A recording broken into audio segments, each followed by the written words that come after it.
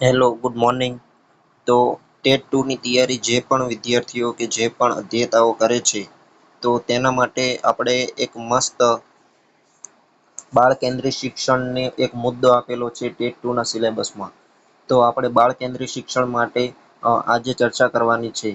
તો બાળ કેન્દ્રિય શિક્ષણમાં આપણે બાળ કેન્દ્રી અને પ્રગતિશીલ શિક્ષણની આધુનિક સંકલ્પનાઓ. તો પરંપરાગત શિક્ષણની પદ્ધતિ, આધુનિક પદ્ધતિ શિક્ષણ કેન્દ્રિત અથવા આ પદ્ધતિ શિક્ષણ કેન્દ્રિત અથવા વિષય કેન્દ્રિત હતી, જેમાં શિક્ષક જ્ઞાનનો મુખ્ય સ્ત્રોત અને વિદ્યાર્થી માત્ર એક નિષ્ક્રિય સ્ત્રોતા ગણાતો હતો. એટલે શિક્ષક ઉપર ભાર વધુ આપવામાં આવતો હતો અને વિષય ઉપર વધુ ભાર આપવામાં આવતો હતો જૂની પદ્ધતિમાં, પરંપરાગત શિક્ષણની પદ્ધતિમાં. હવે નવી પદ્ધતિ જે આવી તેને બાળ કેન્દ્રીય શિક્ષણની પદ્ધતિ. આ એક નવો અભિગમ છે જે શિક્ષણ પ્રક્રિયાના કેન્દ્રમાં બાળકને રાખે છે. અહીં બાળકની રુચિઓ, જરૂરિયાતો, ક્ષમતાઓ અને અનુભવોની સર્વોચ્ચ પ્રાથમિકતા આપવામાં આવે છે. એટલે કે શિક્ષક કેન્દ્રિત પદ્ધતિ હતી તેને દૂર કરી અને આપણે બાળક કેન્દ્રિત પદ્ધતિ અપનાવવામાં આવી. હવે બાળકની સક્રિય ભૂમિકા. તો બાળક જ્ઞાનનો મુખ્ય સ્ત્રોત ગણાય છે, મુખ્ય સક્રિય નિર્માતા છે અને નિષ્ક્રિય સ્વીકારનાર નથી. લવચિક ફ્લેક્સિબિલિટી અભ્યાસ. કઠોર અભ્યાસક્રમને બદલે બાળકની જરૂરિયાત અનુસાર પરિવર્તનશીલ હોય છે. એટલે કે અભ્યાસક્રમ રહ્યો એ પરિવર્તનશીલ હોય છે. બાળકની જરૂરિયાત અનુસાર એમાં ફેરફાર કરી શકાય ને એવો હોય છે. અગાઉથી નક્કી હોય કે દર વર્ષે આજ શીખવાડવાનું છે એવું નહીં. ભયમુક્ત અને આનંદદાયક વાતાવરણ. તો વર્ગખંડનું વાતાવરણ લોકશાહી, સહાયક અને બીક વગરનું હોવું જોઈએ, જ્યાં બાળક મુક્ત રીતે અભિવ્યક્ત થઈ શકે છે. શિક્ષકની ભૂમિકા. હવે બાળ કેન્દ્રીય શિક્ષણમાં શિક્ષકની ભૂમિકા શું હશે? તો શિક્ષકનું કાર્ય જ્ઞાનદાતાને બદલે સુવિધા કરતા, એટલે કે ફેસિલિટેટર અને માર્ગદર્શક તરીકેનું છે. પ્રગતિશીલ શિક્ષણ. બાળ કેન્દ્રીય શિક્ષણનો વ્યવહારુ અમલ કરનાર મુખ્ય પ્રણેતા અમેરિકન કેળવણીકાર જ્હોન ડ્યુ હતા. તેમના મતે શિક્ષણ એ માત્ર ભવિષ્યના જીવનની તૈયારી નથી, પરંતુ શિક્ષણ પોતે જ જીવન છે. ક્રિયા દ્વારા શિક્ષણ. વિદ્યાર્થીઓ માત્ર સાંભળીને કે વાંચીને શીખવાને બદલે જાતે કાર્ય કરીને, પ્રયોગો અને અનુભવ દ્વારા શ્રેષ્ઠ રીતે શીખે છે. સામાજિક અને સહયોગી શિક્ષણ. શિક્ષણ એ સામાજિક પ્રક્રિયા છે, જ્યાં બાળકો જૂથમાં કામ કરીને સહયોગથી વધુ સારું શીખે છે. પ્રોજેક્ટ પદ્ધતિ. તો જ્હોન ડ્યુના શિષ્ય હતા ને, જે વિલિયમ કિલ પેટ્રિક, તેમના દ્વારા આ પદ્ધતિ વિકસાવવામાં આવી છે. એટલે કે વિલિયમ કિલ પેટ્રિક દ્વારા આ પદ્ધતિ પ્રોજેક્ટ પદ્ધતિ વિકસાવવામાં આવી છે. તેમાં વાસ્તવિક જીવનની સમસ્યાઓ પર આધારિત પ્રોજેક્ટ પર કામ કરવામાં આવે છે.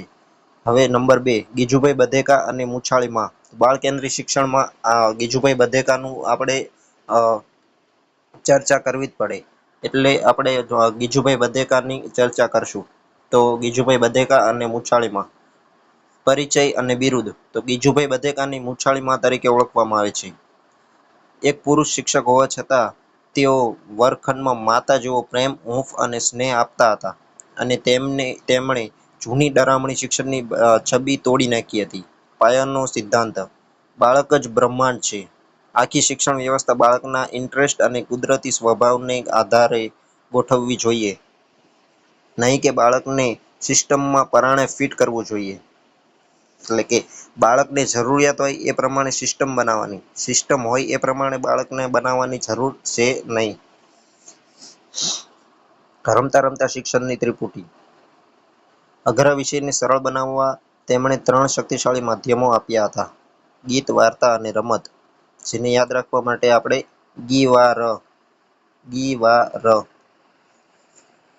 યાદ રાખવાનું, ગીત, વાર્તા અને રમત. હવે દક્ષિણામૂર્તિ બાળ મંદિર ભાવનગરમાં જે આવેલું છે, આ માત્ર શાળા નહોતી, પણ રમકડા, વાર્તાઓ અને સંગીતથી ભણતરને તહેવાર બનાવતી બાળકો માટેની પવિત્ર જગ્યા હતી.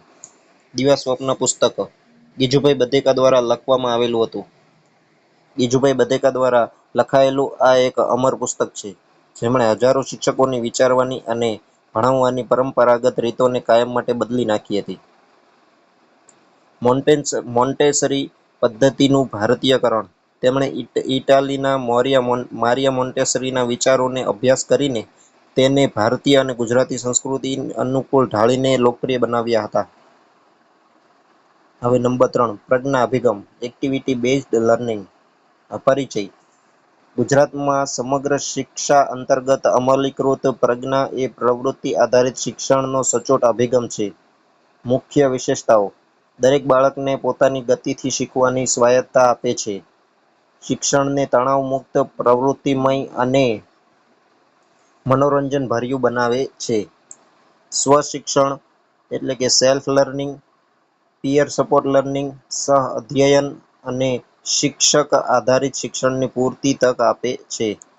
બાળકોનું સતત અને વ્યાપક તણાવ-મુક્ત મૂલ્યાંકન CCE એટલે કે કન્ટિન્યુઅસ એન્ડ કોમ્પ્રિહેન્શન ઇવેલ્યુએશન કરે છે. શૈક્ષણિક મનોવિજ્ઞાન અને વ્યક્તિગત ભિન્નતા. શૈક્ષણિક મનોવિજ્ઞાનનો અર્થ શીખવા અને શીખવવાનું વિજ્ઞાન છે. B.F. સ્કિનર. તો શૈક્ષણિક મનોવિજ્ઞાન શૈક્ષણિક પરિસ્થિતિમાં થતા માનવ વર્તન સાથે સંબંધ ધરાવે છે. B.F. સ્કિનર એ શૈક્ષણિક મનોવિજ્ઞાન અને શૈક્ષણિક પરિસ્થિતિમાં થતા માનવ વર્તન સાથે સંબંધ ધરાવે છે. ક્રો અને ક્રો. વ્યક્તિના જન્મથી વૃદ્ધાવસ્થા સુધીના અધ્યયન અનુભવોનું વર્ણન અને સમજૂતી આપે છે. વ્યાપ અને કાર્યક્ષેત્રની 3 કડીઓ. તો એમાં નંબર 1 છે અધ્યતા, નંબર 2 છે અધ્યયન પ્રક્રિયા અને નંબર 3 છે અધ્યયન પરિસ્થિતિ. બસ એટલું જ જરૂરી છે એમાં. પછી વ્યક્તિગત ભિન્નતાઓ. એક વર્ગખંડ કોઈ ફેક્ટરી નથી, પણ બગીચો છે.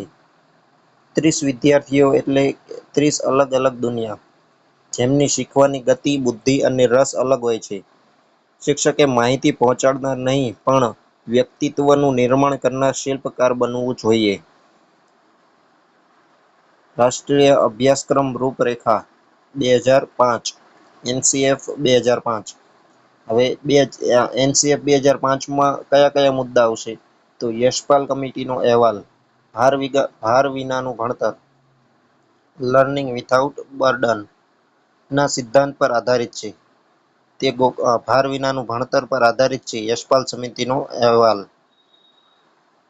તે ગોખણપટ્ટીવાળા અને માહિતીથી ભરેલા ફૂલેલા પુસ્તકોનો વિરોધ કરે છે. અભ્યાસક્રમના વિકાસમાં 5 માર્ગદર્શક સિદ્ધાંતો આપ્યા છે. જ્ઞાનને શાળા બહાર વાસ્તવિક જીવન સાથે જોડવાનું, એટલે કે શાળા બહાર એટલું યાદ રાખવાનું, શાળા બહારનું જ્ઞાન પણ આપવાનું એમ.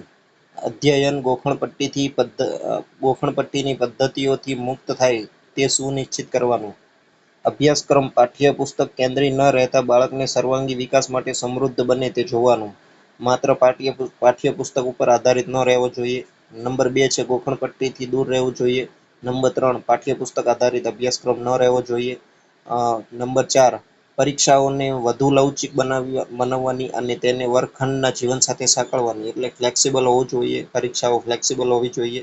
નંબર 5 લોકશાહી વ્યવસ્થા અંતર્ગત રાષ્ટ્રીય હિતો અને બંધારણીય મૂલ્યો પ્રત્યે વફાદાર નાગરિકનું નિર્માણ કરવું જોઈએ. એટલે કે રાષ્ટ્રીય હિતો અને બંધારણીય મૂલ્યો પ્રત્યે વફાદાર નાગરિક બનાવવાનું લક્ષ્ય હોવું જોઈએ. હવે ભાષા શિક્ષણ અને દ્વિભાષિતા. બાળકની માતૃભાષા જ્ઞાન મેળવવાનું સૌથી મોટું માધ્યમ છે. બહુભાષિતાને અવરોધ નહીં, પણ શિક્ષણના સંસાધન તરીકે સ્વીકારવી જોઈએ. ગણિત અને વિજ્ઞાન શિક્ષણ. તો ગણિતનો મુખ્ય ઉદ્દેશ બાળકમાં ગણિતિકીકરણ એટલે કે તાર્કિક અને વિચારસરણી અને અમૂર્ત ચિંતન વિકસાવવાનો છે. માત્ર ગણતરીઓ કે સૂત્રો ગોખવવાનો નથી. વિજ્ઞાન, પ્રયોગો અને આસપાસની શોધ આધારિત હોવું જોઈએ. સંરચિત વર્ગખંડ વ્યવસ્થાપન. ભૌતિક ગોઠવણી. વર્ગખંડમાં સરળતાથી હલનચલન માટે ટ્રાફિક ફ્લો સારો હોવો જોઈએ. ભૌતિક ગોઠવણી એટલે કે ફિઝિકલ અરેન્જમેન્ટ કેવું હોવું જોઈએ વર્ગખંડનું? તો ટ્રાફિક ફ્લો એટલે કે સરળ અવર જવર સરળ હોવી જોઈએ. શિક્ષક અને બાળકની નજર વચ્ચે કોઈ અવરોધ ઊભો થવો જોઈએ નહીં. એટલે કે પુસ્તકોના કબાટ કે કેબિનેટ વચ્ચે આવવા જોઈએ નહીં. જ્યાં શિક્ષક બેઠા હોય અને વિદ્યાર્થી બેઠા હોય તેની વચ્ચે કંઈ બીજી વસ્તુ હોવી જોઈએ નહીં. વારંવાર વપરાતી સામગ્રી સરળતાથી મળી રહે તેવી જગ્યાએ હોવી જોઈએ. શિક્ષણ સહાયક સામગ્રી, નિયમો, ચાર્ટ, અનુકરણીય વિદ્યાર્થીઓનું કાર્ય દિવાલો પર બાળકો સરળતાથી જોઈ શકે તેમ પ્રદર્શિત હોવી જોઈએ. બેઠક વ્યવસ્થા. પ્રવૃત્તિના પ્રકાર પ્રમાણે હરોળ, ક્લસ્ટર, કે યુ આકારની બેઠક વ્યવસ્થા હોવી જોઈએ, એટલે કે હરોળમાં હોય, જૂથમાં હોય અથવા યુ આકારની બેઠક વ્યવસ્થા હોવી જોઈએ. દિનચર્યા સ્થાપિત કરવી, વર્ગમાં થનાર દિનચર્યાઓને લેખિત અથવા દ્રશ્ય સંકેતથી દર્શાવીને વિદ્યાર્થીઓનું ચિંતા સ્તર ઘટે અને શિસ્ત જળવાય છે. ત્રણ મહત્વના પાયા, તો એમાં છે પર્યાવરણ, જોડાણ અને પ્રતિભાવ રિસ્પોન્સ. ત્રણ મહત્વના પાયા છે દર્શાવવામાં છે: પર્યાવરણ, જોડાણ અને રિસ્પોન્સ. પ્રાથમિક શિક્ષણની ગુણવત્તા અંગે અભ્યાસ, અધ્યયન, અધ્યાપન પ્રક્રિયા, નવી પદ્ધતિઓ માટે તજજ્ઞોનું માર્ગદર્શન, કમ્પ્યુટરનો ઉપયોગ અને અભ્યાસક્રમ સાથે પ્રાકૃતિક અનુભવો સાંકળવામાં શિક્ષકો હકારાત્મક મત ધરાવે છે. સહઅભ્યાસિક પ્રવૃત્તિઓ, સાંસ્કૃતિક કાર્યક્રમો, નવોદય વિદ્યાલય જેવી સંસ્થાઓની મુલાકાત, બાળમેળા, રમતોત્સવ અને પ્રાર્થના સભાનું સંચાલન જૂથમાં સોંપવું ઉપયોગી છે. ભૌતિક સુવિધાઓ, પૂરતા વર્ગખંડો, લાઇબ્રેરી અને શારીરિક અક્ષમ બાળકો માટે વિશેષ સુવિધાઓ શિક્ષણની ગુણવત્તા વધારે છે. પછી મૂલ્યાંકન, તો બાળકની ક્ષમતા તપાસવા માટે સતત અને સર્વગ્રાહી મૂલ્યાંકન અને એસએમસી સ્કૂલ મેનેજમેન્ટ કમિટીની સક્રિય ભાગીદારી અનિવાર્ય છે. હવે શોર્ટ ટ્રીક, આપણે ઉપર જે ભણ્યા ને એની શોર્ટ ટ્રીક. તો યાદ રાખવાની અનોખી ચાવી, એનસીએફ 2005ના 5 માર્ગદર્શક સિદ્ધાંતો, એટલે કે બહાર, સમજ, પાઠ્ય, નમ્ય અને દેશ. તો બહાર એટલે કે માત્ર શાળાની અંદરનું નહીં પણ શાળાની બહારનું જીવન પણ સમજાવવું પડે. પછી સમજણ, ગોખણપટ્ટીથી મુક્ત સમજણ આપવાની. પછી પાઠ્યપુસ્તકથી પર, એટલે કે માત્ર અભ્યાસક્રમ પાઠ્યપુસ્તક પૂરતો ન હોવો જોઈએ. પાઠ્યપુસ્તકથી બહારનું પણ ભણાવવું પડે. નમ્ય એટલે કે લવચિક પરીક્ષા, દેશની લોકશાહીની ઓળખ. ગીજુભાઈ બધેકાની બાળ કેળવણી પદ્ધતિઓ. ગીવાર, એમાં ટ્રીક. ગીજુભાઈ બધેકાની બાળ કેળવણીની પદ્ધતિઓ માટે ગીવાર, ગીત, વાર્તા અને રમત, એ 3 પદ્ધતિ આપી હતી.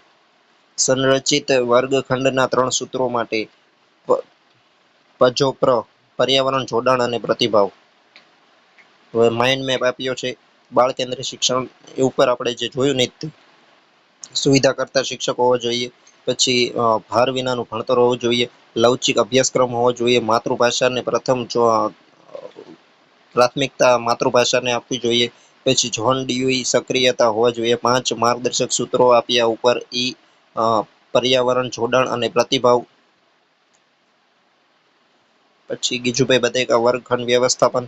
પછી મુછાળી માસને અવરોધ મુક્ત જગ્યા, ગીત, વાર્તા, રમત, દ્રશ્ય, દિનચર્યા, દીવા સ્વપ્ન પુસ્તક.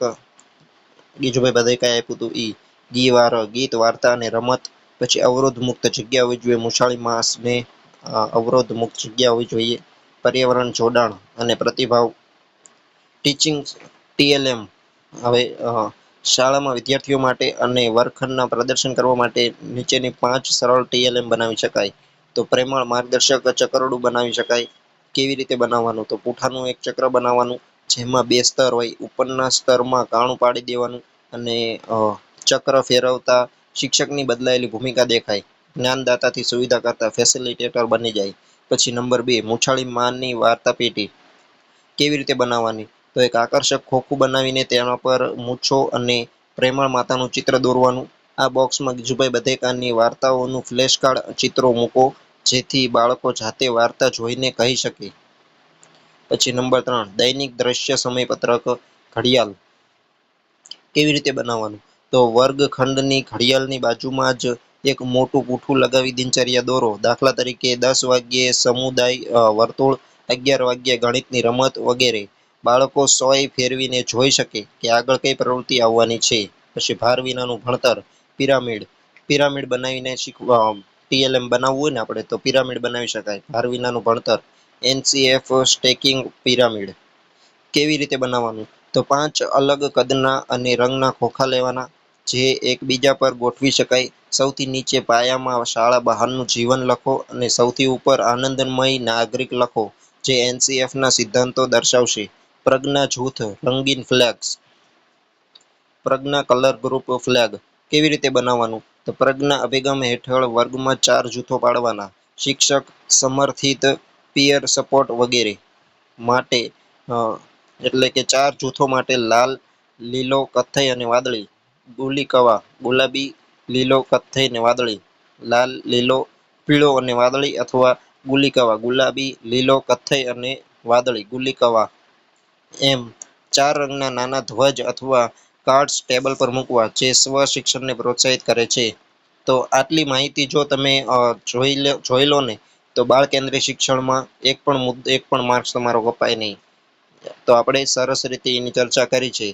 જો તમને કોઈ મુદ્દો ખબર ન પડતી હોય તો તમે કમેન્ટમાં જણાવી શકો. અને બાળ કેન્દ્રીય શિક્ષણનો એક મસ્ત ટોપિક આજે આપણે પૂરો કર્યો કે બાળ કેન્દ્રીય શિક્ષણમાં પહેલા શિક્ષકને પ્રાધાન્ય આપવામાં આવતું હતું અને પાઠ્યપુસ્તક કેન્દ્રિત પદ્ધતિઓ હતી, તેના બદલે હવે બાળ કેન્દ્રીય શિક્ષણની પદ્ધતિ અપનાવવામાં આવી અને એની અંદર શું શું થાય ને એ બધી માહિતી આપણે મેળવી. તો આવા જ બીજા વિડીયો માટે તમે કમેન્ટમાં જણાવી શકો કે આગળ આપણે હવે કયા વિડીયો બનાવવાના, કયા ટોપિક ઉપર વિડીયો બનાવી અને જેથી તમને સરળતાથી સમજવામાં સરળતા રહે.